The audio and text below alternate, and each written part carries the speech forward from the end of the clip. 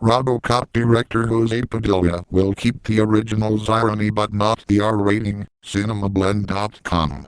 Sponsor. Movie News. RoboCop director Jose Padilha will keep the original's irony but not the R rating. Author, Sean O'Connell. Vertical bracket published. 2013-09-068 hours 36 minutes and 32 seconds. Comments. Jose Padilha is not remaking your father's RoboCop. That would be silly, the director told us during a recent conversation. I love the first movie. It's amazing. It's iconic.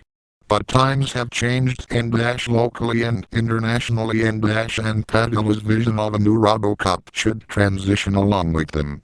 Ironically, the actual hometown in the bloody, blue-collar original film in Detroit and recently filed for bankruptcy and likely could use a legitimate hero, but that's another story. The director follows in the footsteps of Total Recall, taking a genre classic and applying a fresh coat of topical paint. What does he have planned? And will it work? Here's more from our conversation with Padilha, where we discuss the use of drones in battle, the family RoboCop needs to protect, and the ways his film compares to Christopher Nolan's Dark Knight trilogy. But first, check out the film's brand new trailer, which just dropped yesterday. When I mentioned I'd be doing RoboCop interviews, the only thing anyone reading us wanted to know is, if you're going for an R rating. The first RoboCop is so violent, in a fun way. Is that a mandate? Or is it not even a concern? I'm not going for an R rating. I don't buy into the idea that, because the first movie was R-rated, the second movie has to be R-rated. For starters, I am not trying to do the first movie again. That would be silly. I love the first movie. It's amazing. It's iconic. It's characterized by its very bold, stylized decisions, and the use of violence has to do with that styling. The use of violence in the first RoboCop is not for fun. It's a statement against fascism and against a certain state of affairs in the world at that time, and it was used that way. The world is different now. It's not the same as before, and I don't know if that style decision applies anymore. Points at least, not to the way we are approaching this movie. So, basically, I am doing my own thing. I am doing a rendering of RoboCop the same way that, we had another rendering of Batman, as opposed to the old one.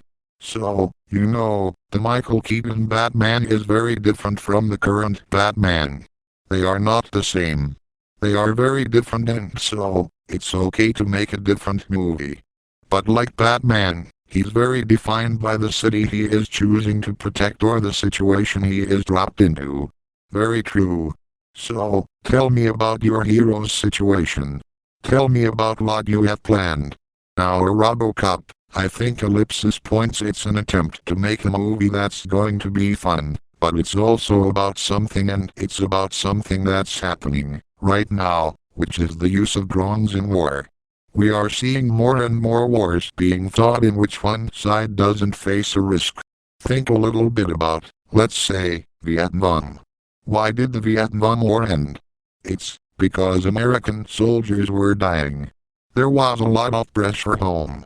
Now, think about what's about to happen, very quickly, left square bracket in the near future right square bracket. Countries will be fighting wars using only robots, so no one is going to be dying. Once that happens, there's no pressure at home to stop certain things from happening. There's a huge imbalance of power.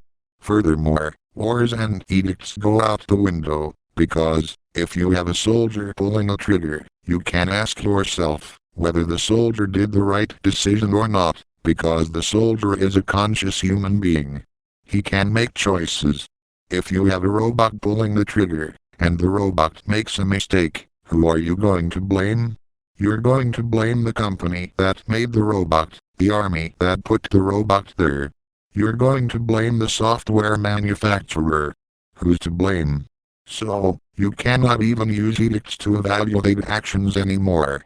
This is happening right now. If you read